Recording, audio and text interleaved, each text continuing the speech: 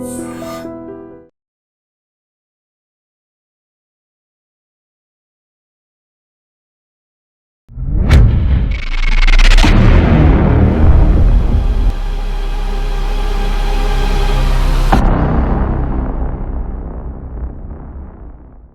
Bar council ఎన్నికలు ఎవరి కోసం ఎలా జరుగుతాయి? న్యాయవాద మండలి అంటే ఎల్ఎల్బి చదువుకున్న తర్వాత న్యాయవాదిగా అడ్మిట్ కావడం కోసం లైసెన్స్ కోసం తెలుగులో న్యాయవాద మండలిని ఇంగ్లీష్లో బార్ కౌన్సిల్ అంటారు. బార్ కౌన్సిల్కి ఓటు ఎలా ఉంటుంది? బార్ కౌన్సిల్ గెలిచిన తర్వాత వీళ్ళు విధులు ఏంటి? 35,000 మంది అడ్వకేట్స్ ఉంటారు. 61 యాక్ట్ ప్రకారం బార్ కౌన్సిల్కి 5 ఏళ్ళ టర్మ్ ఉంటుంది. బార్ కౌన్సిల్ చైర్మన్ ఒకసారి ఎన్నికైతే ఆయన మీద అవిశ్వాస తీర్మానం పెట్టాలంటే తీసుకున్న టైంలో ఎంతమంది నేర్పారు? ఇప్పుడు మళ్ళీ ఒకవేళ గెలిస్తే దాన్ని ఇంకా ఏమైనా మాడిఫికేషన్ చేస్తారా లేదా దాన్నే కంటిన్యూ చేస్తారా? నేను గెలిస్తే ఏం చేస్తానంటే న్యాయవాదుల సమస్యలు, ప్రధాన సమస్యలు ఏమున్నాయంటే జూనియర్ న్యాయవాదులకు స్టైపెండ్ సమస్య ఉంది, హెల్త్ కార్డ్స్ సమస్య ఉంది. అదేవిధంగా సామాజిక న్యాయం అనేది చాలా పెద్ద సమస్యగా ఉంది. వీటన్నిటి మీద నేను డెఫినెట్గా పనిచేస్తాను.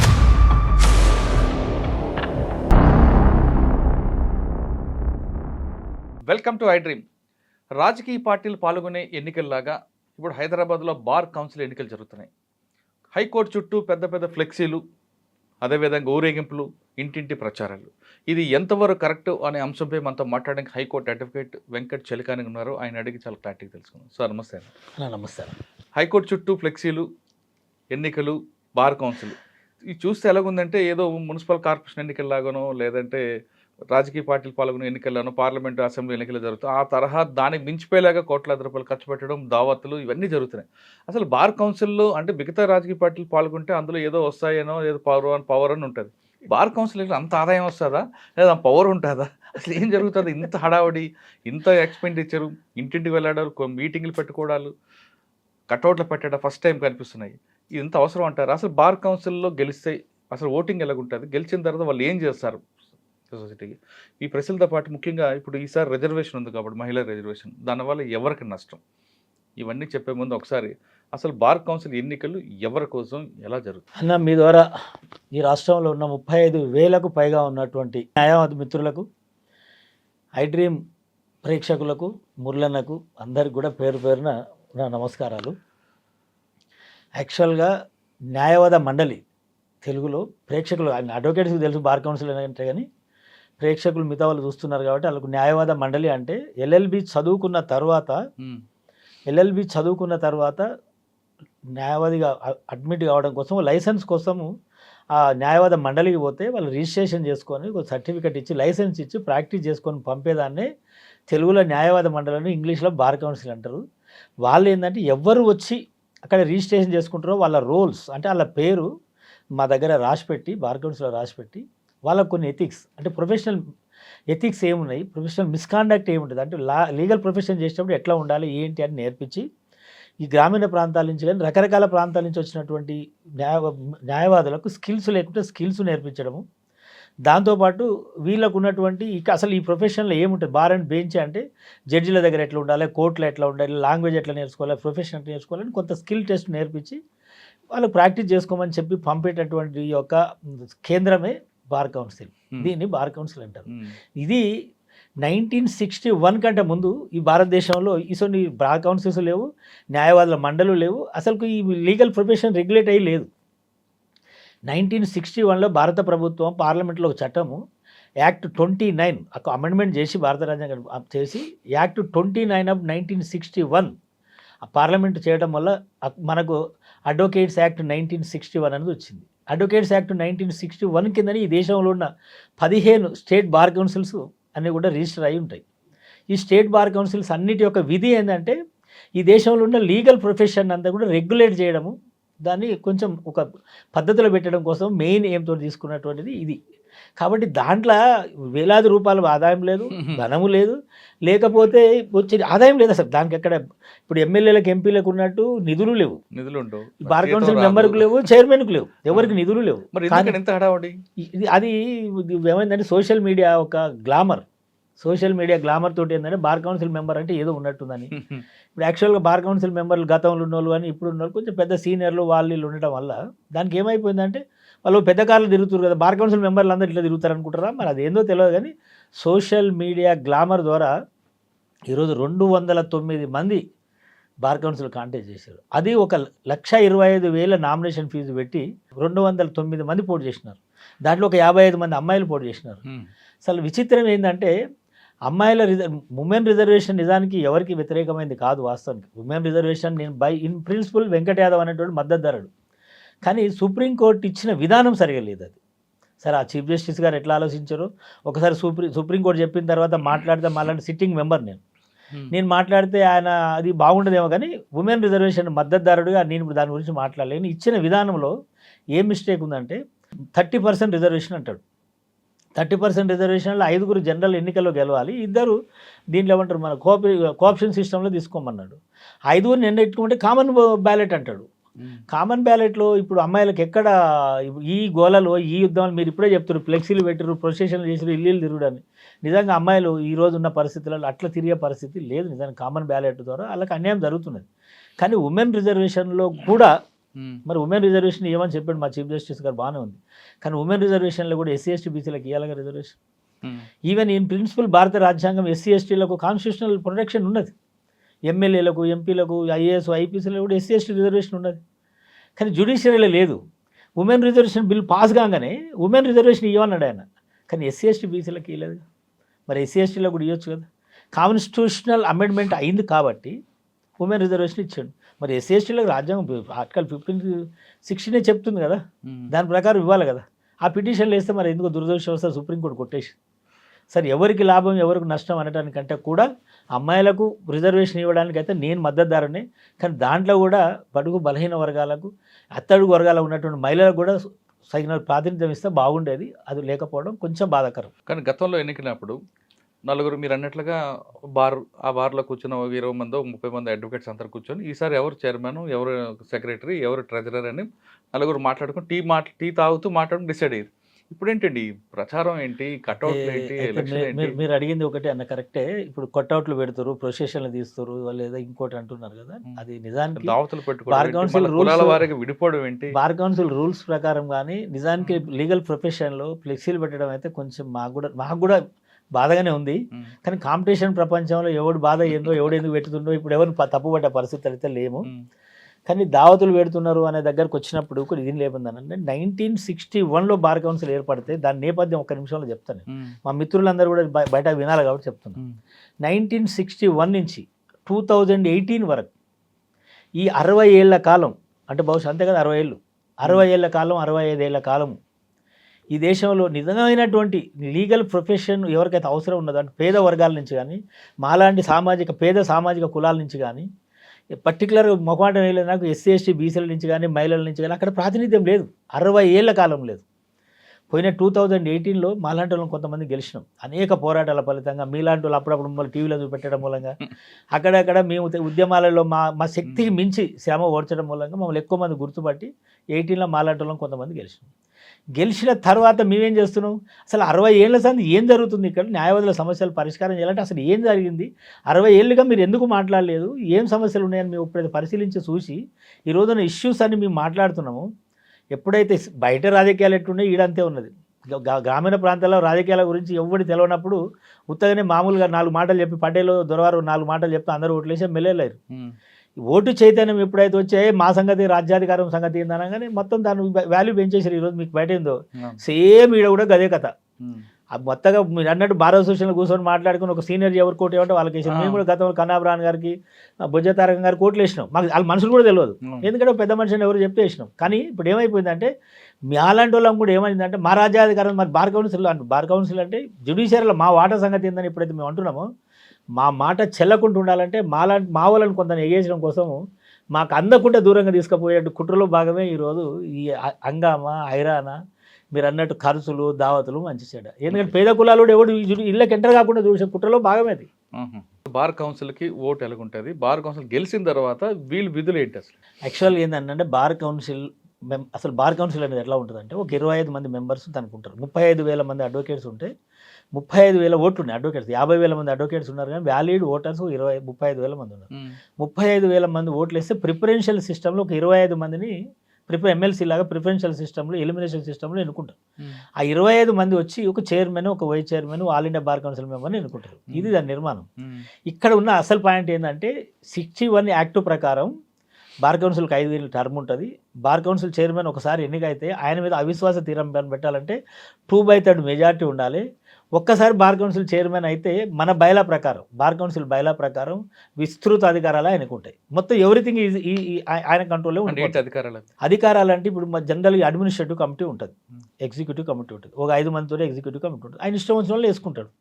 తర్వాత ఎన్రోల్మెంట్ కమిటీ అని ఉంటుంది, లేకపోతే వెల్ఫేర్ కమిటీ అని 2-3 ఇంపార్టెంట్ కమిటీలు. అన్ని కమిటీలు చైర్మన్ సంబంధం ఎవరు ఇప్పుడున్న చైర్మన్ కాదు, ఎవరు చైర్మన్ ఆయనకి ఇష్టం వచ్చిన వాళ్ళు వేసుకుంటారు. ఇష్టం వచ్చిన వాళ్ళు వేసుకున్నాక ఏముంటుంది, ఆయన ఏం చెప్తే అది వేసుకుంటారు, ఆయన ఏం చెప్తే అది నడుస్తుంది.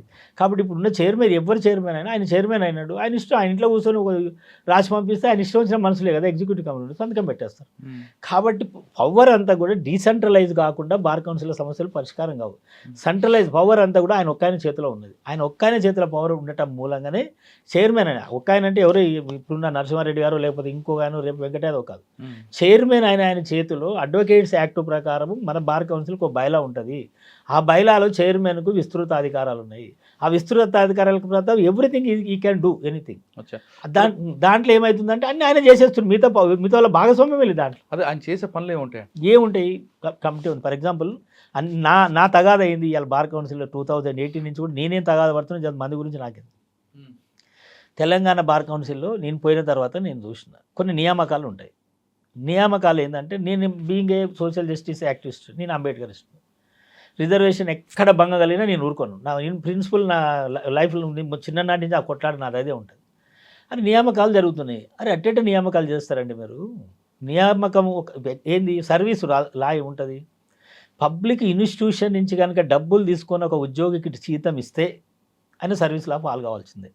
ఆయనకు సర్వీస్ లాస్ కానీ ఎప్పుడైతే అప్లికబుల్ అవుతాయో ఆయనకు పెన్షన్ వస్తుంది, రిటైర్ అయిన తర్వాత పెన్షన్ వస్తుంది, ఎవ్రీథింగ్ ఆయనకు వచ్చేస్తాయి.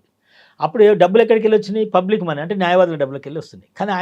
కానీ నియామకాలు ఏం జరుగుతుందంటే చైర్మన్ ఇష్టం వచ్చినట్టు జరుగుతూ ఉన్నాయి. అది తప్పు కదా. పబ్లిక్ మనీ ఖర్చు పెడుతున్నప్పుడు, ఆయన సర్వీసులు ఆశిస్తున్నప్పుడు merit rule of law maintain చేయాలి, రిజర్వేషన్ మెయింటైన్ చేయకుండా అట్టెట్లా చేస్తారని మేము 2019-20 నుంచి నేను నాతో పాటు ఇంకా కొంత మిత్రులం పెద్ద ఎత్తున గొడవ చేసిన నేటికి కూడా ఈ దురదృష్టం ఏంటంటే తెలంగాణ బార్ కౌన్సిలే కాదు, ఈ దేశంలో ఏ బార్ కౌన్సిల్లో కూడా మెరిట్ ప్రకారము ఉద్యోగస్తుల నియామకం జరగదు. ఉద్యోగస్తుల నియామకం జరగలేదు కాబట్టి ఏమవుతుంది, అడ్మినిస్ట్రేషన్ ఓన్లీ 1% కంట్రోల్ చేతిలో ఉంటుంది. ఆయన అపాయింట్ చేయాలని ఆయన అపాయింట్ చేస్తాడు, పీకాలని ఆయన పెడతాడు. కాబట్టి ఏమవుతుంది, ఆయన చేతిలో ఉంటుంది. ఆయన ఒక్కసారి చైర్మన్ ఒక్కసారి లేకుండా వ్యవస్థ అంతా నాశనం అయిపోతుంది. కాబట్టి మేము అడుగుతున్నది మా కొట్లాట అంత ఏంటంటే, నాది మినిమం ఒక 20 సార్లు డిసిడెంట్ చెప్పుకుంటాను. నేను నా డిసిడెంట్ చెప్పేసి నేను నా అసంతృప్తి చెప్పేసి రిటర్న్ రాయించి పెట్టుకున్న బార్ కౌన్సిల్ మా దాంట్లో మినిట్స్లో ఉంటుంది. ఏమని, మీరు రిజర్వేషన్స్కి వ్యతిరేకంగా, మెరిట్కి వ్యతిరేకంగా మీరు నియామకం చేస్తే నేను వ్యతిరేకిస్తున్నాను, దిస్ ఇస్ మై డిసిడెంట్ రాసుకుంటాను. రాపిచ్చి మన లాస్ట్ మీటింగ్ 14th రోజు బార్ కౌన్సిల్ లాస్ట్ మీటింగ్ అని అటన్నిటికీ కొనసాగే. ఇప్పుడు లాస్ట్ మీటింగ్ రోజు కూడా మాకు పవర్ లేదు. ఎప్పుడు 25/11 మాకు షెడ్యూల్ వచ్చింది. షెడ్యూల్ వచ్చిన తర్వాత ఏ పని చేసినా కూడా బార్ కౌన్సిల్ తప్పే. అంతకుముందే పవర్ లేదు మాకు. ఎప్పుడు కమిటీ వేసి సిఓపి చేసినప్పుడు సందే బార్ కౌన్సిల్ అధికారాలు లేవు, ఆయన అప్పుడు నడిపించారు. బార్ కౌన్సిల్కి అధికారాలు లేవు. Suspension of the bar council activity చేసిన తర్వాత, షెడ్యూల్ వచ్చిన తర్వాత ఒక నియామకం చేస్తాడు. లాస్ట్ మీటింగ్ రోజు కూడా ఒకరిని రెగ్యులరైజ్ చేస్తే ఉద్యోగాన్ని పెడతాడు. నేను దీన్ని అపోజ్ చేస్తున్నాండి, మీరు మీద ఏదైనా రాయండి, దీన్ని నేను అపోజ్ చేస్తున్నాను చెప్పేసి నేను బైకాట్ చేసి బైకాట్ చేసి వెళ్ళిపోయినా, వాకౌట్ చేసి వచ్చేసిన. I'm only single person. నేను బైకాట్ చేసి బయటకు వచ్చిన. బైకాట్ చేసి వచ్చి ఏం చెప్పొచ్చినా, ఇటువంటి చైర్మన్కి విస్తృత అధికారాలు ఉండటం మూలంగా బార్ కౌన్సిల్ ఇలాంటి అక్రమాలు మళ్ళీ ఓడి వేరు, తప్పులు జరుగుతూ ఉన్నాయి. ఈ తప్పులు వ్యతిరేకించడమే, ఈ తప్పులను ఎండగట్టడం కోసం నేను బార్ కౌన్సిల్ ఎన్నికల పోతా. నా ఎజెండా ఏం లేదు.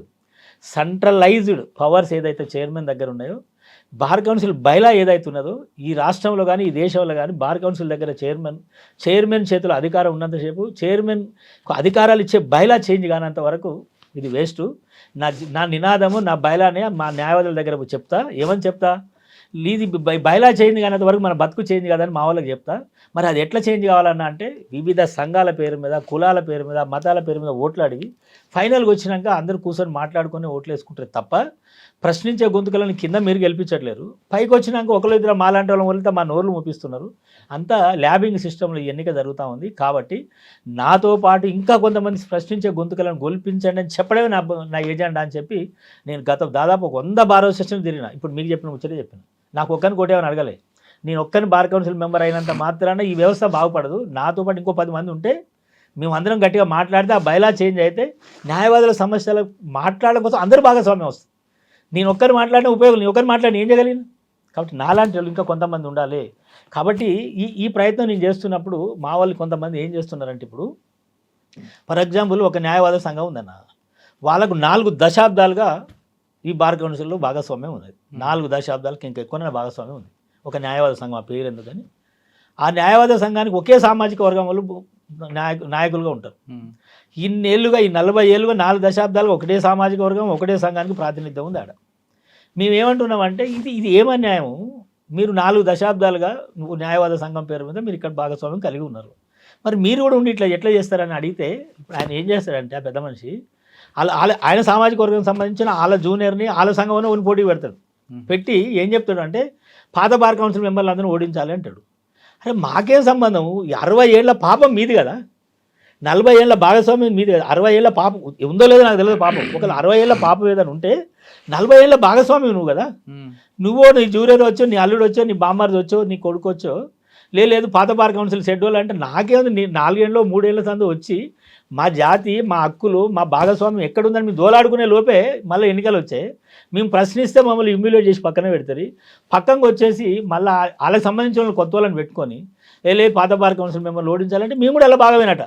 మా మిత్రులు కొంతమంది మా అమాయకులు అనుకోవాలని వాళ్ళని ఏమనుకోలే, కానీ కొంతమంది సామాజిక ఉద్యమకారుల పేరు మీద, లేకపోతే లెఫ్టిస్టుల పేరు మీద, లేకపోతే రకరకాల సంఘాల పేరు మీద, హక్కుల సంఘాల పేరు మీద ఉన్న మిత్రులు కూడా అవగాహన రాహిత్యంతో పాత బార్ కౌన్సిల్ మెంబర్లు ఓడిపోవాలంటారు. నేను అడిగిన, అరే నేనెందుకు ఓడిపోవాలరా భయ్ అని అడిగాను.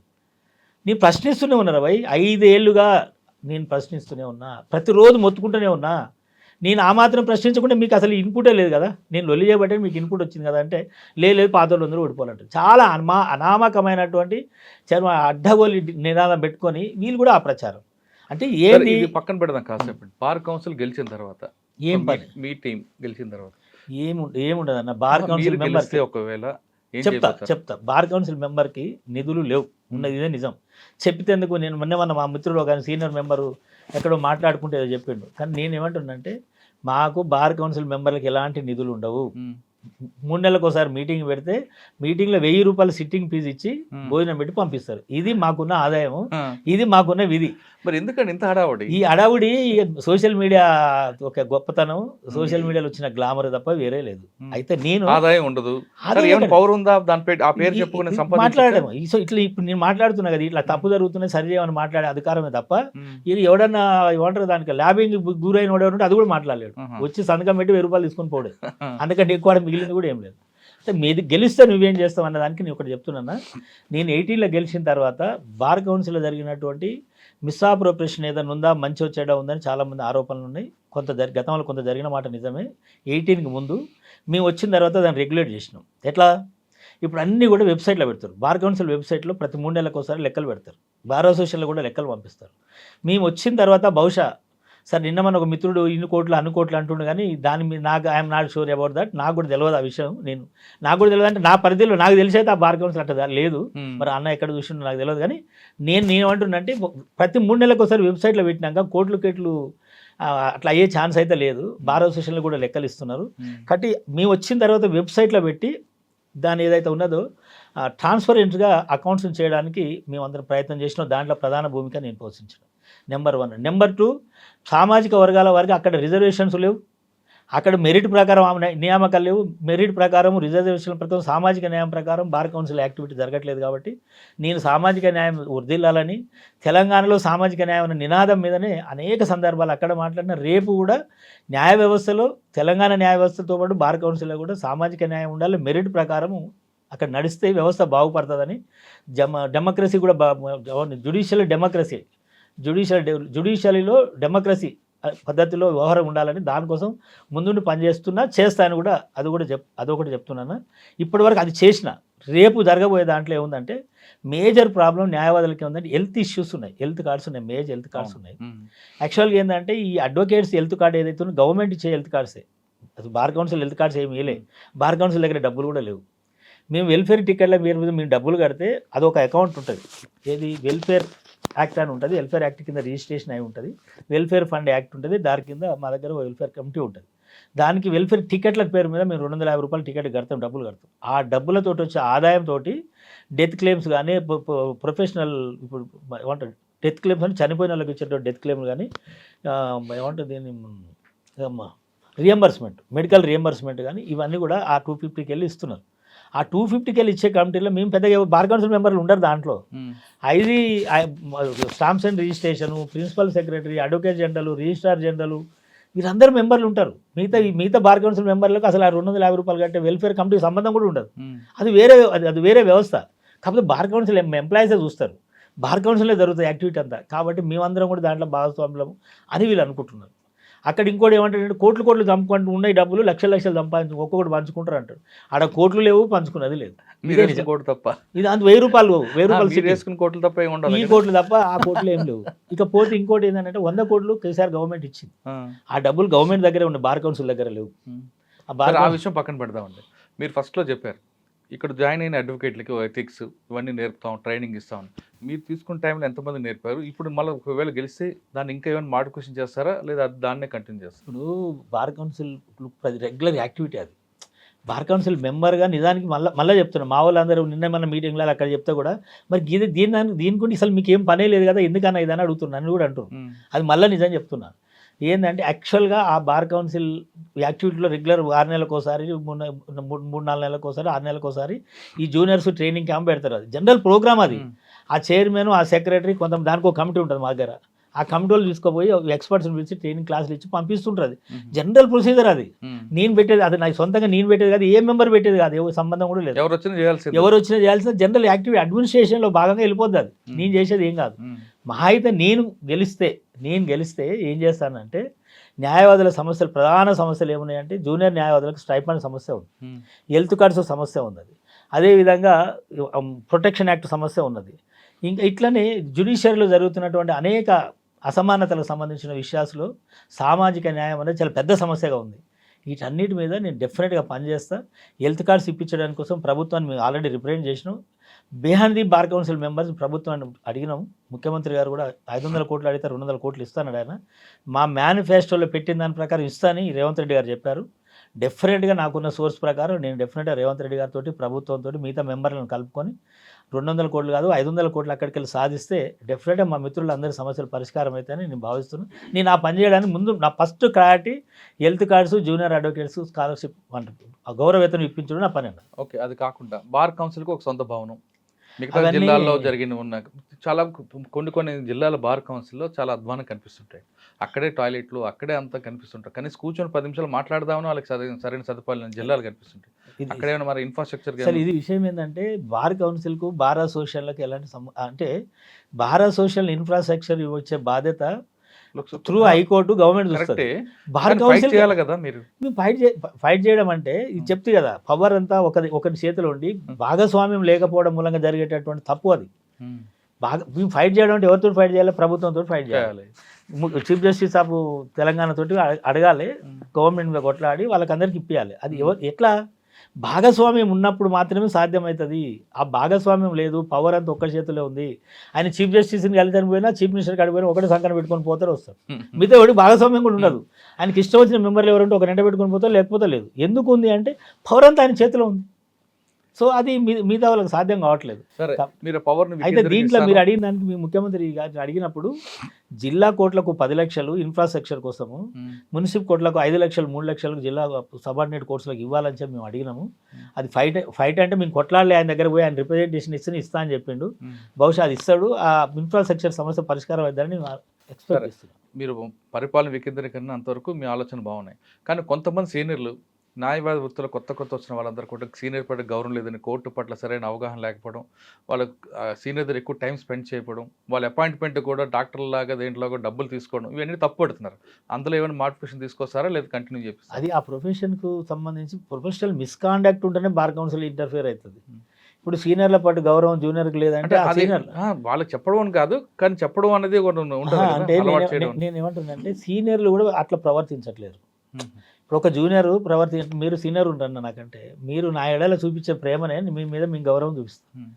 నువ్వు ఇప్పుడు మా దగ్గర సీనియర్ డిజిగ్నేటెడ్ ఆ లాయర్లు ఉంటారు, గౌన్ వేసుకున్న వాళ్ళు. అది ప్రొఫెషనల్ ఏముంటుందంటే ఆ సీనియర్ డిజిగ్నేటెడ్ లాయర్ వచ్చి మెన్షన్ చేయదు. ఫస్ట్ హైకోర్టులో మెన్షనింగ్ అని ఉంటుంది, వాళ్ళు మెన్షన్ చేయొద్దు. కానీ జూనియర్ల కన్నా మొదలు వాళ్ళే వచ్చి ముందర నిలబడి అడ్డం నిలబడి ఈ జూనియర్ పిల్లలు మాట్లాడకుండా వాళ్ళే మెన్షన్ చేస్తారు. ఆ పిల్లగాడు వాళ్ళకి ఎందుకు మర్యాద ఇస్తారు చెప్పండి? ఇప్పుడు ఆ పిల్లగానికి జూనియర్ కొత్తగా వచ్చిన పిల్లగానికి మెన్షన్ చేసి అధికారం ఇస్తే, అవకాశం ఇస్తే వాడు మెన్షన్ చేస్తాడు. కానీ మనం నిలబడి పెద్ద కోట్ వేసుకొని డిజిగ్నేటెడ్గా నిలబడి మనమే పోయి మెన్షన్ చేస్తాం. మరి వాడు ఎన్ని గౌరవం ఇవ్వాలి? వాళ్ళతో చేయించాలి, వాళ్ళు చేయించాలి, నిలబడాలి. తప్పైతే చెప్పాలి. ఓ జడ్జి ఒక జూనియర్ తిడుతున్నాను అనుకో, మధ్యలో పోయి అది తప్పండి అట్లా మాట్లాడొద్దని చెప్పగలగాలి. అప్పుడు నీకు సీనియర్ గౌరవిస్తారు.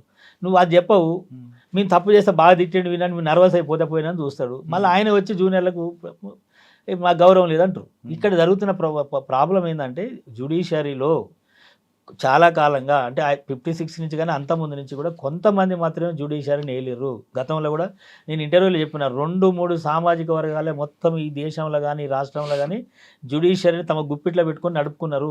ఇలా న్యాయమూర్తులు కూడా 2-3 సామాజిక వర్గాలకు సంబంధించిన వాళ్ళే ఉన్నారు. నాకేం మొహమాటం లేదు వాళ్ళతోటి. నేను కుండబద్దలు కొట్టినా, చాలా సందర్భాలు కొట్టినా, మళ్ళీ కొడితే నాకేం లేదు. న్యాచురల్గా వాళ్ళకి సంబంధించిన వాళ్ళకి అన్నీ నడిచిపోతున్నాయి. ఇంకో అంత బాధాకరం ఏంటంటే ఒక న్యాయమూర్తి ఉంటాడు, న్యాయమూర్తి కుటుంబ సభ్యులు పనిచేస్తుంటారు ఇక్కడ. ఇంకో న్యాయమూర్తి ఆటోమేటిక్ ఆర్డర్ చేయడా? సాయంత్రం కూడా అందరు కలిసే కూర్చుంటారు, వాళ్ళ క్వార్టర్స్లలో వాళ్ళ ఇళ్ళలో అందరు కలిసే కూర్చుంటారు. పొద్దున్న వచ్చి కోర్టులో కేసు పక్క కోటర్లో ఉన్న జడ్జి ముందుకి వీళ్ళ భార్యనో భర్తనో పోయి నిలబడితే ఆర్డర్ చేయరా? మనుషులు వచ్చినప్పుడు నాట్ బిఫోర్ మీ అంటుంటారు కదా. నాట్ బిఫోర్ మీ అనేది వాళ్ళ దగ్గర పనిచేసిన వాళ్ళకి ఒకరికి ఇద్దరికి ఇస్తారు అంతే. పక్క జడ్జి ఫ్యామిలీస్కి ఎందుకంటారు? అందుకే జ్యుడిషియరీలో ఉన్న డిఫికల్టీ అది. కాబట్టి సరే, కొంతమంది మీలాంటి వాళ్ళ దగ్గరికి నేను ఒక కేసు తీసుకొచ్చాను అనుకోండి, నువ్వు అన్నం తిన్నావా, ఊరు నుంచి వచ్చావా అని మా గురించి వ్యక్తిగత అన్ని అడిగిన తర్వాత మీ కేసు వాదించేవారు డబ్బులు తీసుకోకుండా. గతంలో మీలాంటి వాళ్ళు చాలామంది ఉన్నారు. కానీ ఇప్పుడు ముందు అడ్వకేట్ అపాయింట్మెంట్ తీసుకోవడానికే ఫీజు అడుగుతున్నారు కదా. ₹1000 కన్సల్టేషన్ ఫీజు. దాన్ని మనం కల్చర్ మారింది కాబట్టి మనం కూడా. దానికి ఏమైందంటే చాలా సరే, మేమైతే కన్సల్టేషన్ ఫీజు తీసుకోవట్లేము, కొంతమంది తీసుకుంటారు. అక్కడక్కడ బోర్డులు కనపడుతుంది. ఇప్పుడు మేము కూడా ఓట్లాడేయడానికి ఆఫీసులో పోయినప్పుడు కన్సల్టేషన్ ఫీజు ₹1000, ₹2000 అని పెడతారు. అంటే మీ కాడికి వచ్చిన అన్న 2000 ఇచ్చినాకనే కన్సల్టేషన్ అని అడుగుతున్నా ఉన్నా. నేను కూడా అడుగుతున్నా, మరి ఓటాడేందుకు వచ్చినా కానీ నీ టైం పోతుంది, మరి ఏమైనా ఇవ్వాలా అని అడుగుతున్నా. నవ్వుతున్నారు. కానీ యాక్చువల్గా ఏమైపోయిందని అంటే చాలామంది ఇప్పుడు ఈ సోషల్ మీడియా మళ్ళీ ఇప్పుడు ఏం ప్రాబ్లం ఏంటంటే సోషల్ మీడియాలో నెట్టు కొడుతారు. హైదరాబాద్లో ఇది ఎమ్మెల్యే లాయర్ అని కొడుతారు. కొడితే ఒక 4-5 పేర్లు వస్తాయి కదా, పేపర్లు పట్టుకుని 4-5 కాడ ఆటో వేసుకొని తిరుగుతారు. ఒక ఆటో ఎక్కుతారు, 4-5 దగ్గరికి వెళ్ళిపోతారు. పోయి అందరితో మాట్లాడి లాస్ట్కు ఎండ బొందల పడతారు. అప్పుడు దానికి ఏమైందంటే 4-5 సార్లు వచ్చిపోయిన దానికి ఇరిటేషన్ వచ్చి వీళ్ళే మా కన్సల్టేషన్ ఫీజు అని కొంతమంది పెట్టుకుంటారు. అది కాబట్టి ఇప్పుడు ఆ వచ్చిన మార్పులో భాగంగా వాళ్ళు పెట్టుకుంటారు. వాళ్ళకి మనం ఏడా అమలుతాం. మార్పులో భాగంగానే తప్ప మేము ఉన్నాం, మాలాంటి వాళ్ళు ఉన్నాం, నేను లేకపోతే మా మిత్రుడు శ్రీకాంత్ లాంటి వాళ్ళు మేము ఉన్నాం అనుకో, మాకు ఎక్కడో కన్సర్న్ ఉంటుంది. ఇంత అలా మనసులో చూడండి, అరే తిన్నావా, అరే లేట్ అయింది, 9 అయిపోయింది కానీ నైట్ అయింది, ఏమవుతావు పడుకొని పొద్దునట్టు పో, ఫీజు ఇచ్చిన బస్ కిరాయిలు ఉన్నాయని అడుగుతున్నాం. ఈ రోజు కూడా మేము అడుగుతాం. అందరూ అడగకపోవచ్చు కానీ మేము అడిగేటోళ్ళు ఉన్నారు. దాని బట్లకి న్యాయవాద అంటే గౌరవం పెరిగేదంటే మేము అవి చేస్తూనే ఉన్నాం. ఇప్పుడు ఈ రోజు కూడా మాలాంటి వాళ్ళం అవి చేస్తూనే ఉన్నాం, తప్పకుండా చేస్తున్నాం. అంటే మీరు అన్నట్లుగా ఇప్పుడు ఆటో వేసుకు తిరగడమో లేదా వెరిఫై చేయడం వల్ల 4 అదే రిపీట్ కడుతూ వాళ్ళకి చిరాకు వచ్చి అదే ప్రాబ్లం. అది సోషల్ మీడియాలో కొట్టుకుంటారు. ఇది ఈ సబ్జెక్టు ఎవరు ఎమినెంట్ లాయర్ అంటే ఎట్లా 10-15 పేర్లు వస్తాయి. ఎవడైతే ఇంకో ప్రాబ్లం ఏంటంటే నిజంగా కోర్టులో పోయి ప్రాక్టీస్ చేసేవాడు ఎవడు నెట్లో పెట్టుకోడు, వెబ్సైట్లో ఆ వెబ్సైట్లో పెట్టాడు. ప్రాక్టీస్ చేయలేని ఛాంబర్ ప్రాక్టీస్ ఉన్న మిత్రులు ఏం చేస్తున్నారు అంటే వాళ్ళు పెట్టుకుంటారు, వాళ్ళ దగ్గర పోతున్నారు, మంచి వాళ్ళ దగ్గర పోతున్నారు, వాడు కోర్టుకు వస్తున్నారు, బొందలు పడతారు. కానీ కొంతమంది కోర్టు రాకుండా పెట్టుకుంటున్నారు కదండి. అదే అలకాడికి పోతారు వీళ్ళందరూ. తిరిగి మాలాండాల కాడికి వస్తారు, మేము నిజాలు చెప్తాము. అలకాడికి పోతే వాడు నాన్ ప్రాక్టికల్ కదా, ఏది పడితే అది చెప్తే డబ్బులు వసూలు చేసుకుంటే అయిపోతుంది. తర్వాత వాళ్ళ ఇబ్బందులు వాళ్ళు పడుతున్నారు. ఈ సోషల్ మీడియాతో వచ్చిన ప్రాబ్లం తోటే కన్సల్టేషన్ ఫీజు 1000, 2000 అని పెట్టుకుంటారు. ఒకవేళ ఇటువంటి మోసాలు జరిగాయి అనుకోండి అడ్వకేట్ దగ్గర, వెంటనే బార్ కౌన్సిల్కి వస్తే, బార్ కౌన్సిల్ వచ్చి కంప్లైంట్ ఇస్తే తప్పకుండా జనరల్ బాడీ దాని మీద డిస్కషన్ ఉంటుంది. నిజంగా కంటెంట్ ఉంటేనేమో దాన్ని డీసీకి అంటారు, డిసిప్లినరీ కమిటీకి రిఫర్ చేస్తారు. డిసిప్లినరీ కమిటీ రిఫర్ చేస్తారు, లేదనుకోండి వదిలేస్తారు.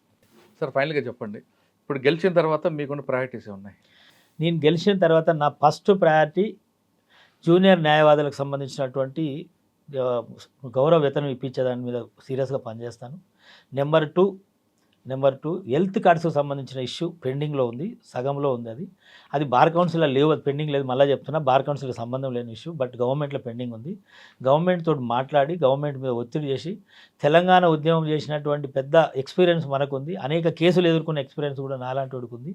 తప్పకుండా నేను ముందుండి మాట్లాడి ప్రభుత్వం మీద కొట్లాడి 500 కోట్లు 300 కోట్లు 800 కోట్లు సాధించి ఈ 2 ప్రయారిటీ మీద తీసుకొని పనిచేస్తానని అందరికీ రిక్వెస్ట్ చేస్తున్నా. అన్నిటికంటే జ్యుడిషియరీలో సామాజిక న్యాయము హయ్యర్ జ్యుడిషియరీలో నియామకాలను అన్నిటిలో కూడా సోషల్ జస్టిస్ అనేది ఉండాలని చెప్పి మనం డిమాండ్, గతం నుంచి మా డిమాండ్ ఉన్నది. తప్పకుండా దాని మీద పనిచేస్తానని తెలియజేస్తూ ఈ అవకాశం ఇచ్చినట్టు మీకైతే థ్యాంక్ యూ అన్న. Thank you very much. సామాజిక న్యాయం కావాలంటే ఖచ్చితంగా చలకాని వెంకట గారు గెలవాలనేది ఆయన ప్రధాన కల్పిస్తుంది. ఆయన చెప్తున్నట్లుగా గతంలో ఏ విధంగా చేశానో ఇకపై కూడా అదే చేస్తాను, న్యాయవాదులు కావాల్సిన అన్ని సమస్యల మీద ప్రభుత్వంతో పోరాడతాను, కొట్లాడి సాధిస్తానంటూ చలకాని వెంకట గారు చెప్తున్నారు. ఇది బార్ కౌన్సిల్ ఎన్నికలపై చలకాని వెంకట గారితో అభిప్రాయం. మరో విషయంలో మళ్ళీ కలుద్దాం. అంతవరకు నమస్తే. Thank you very much. Thank you.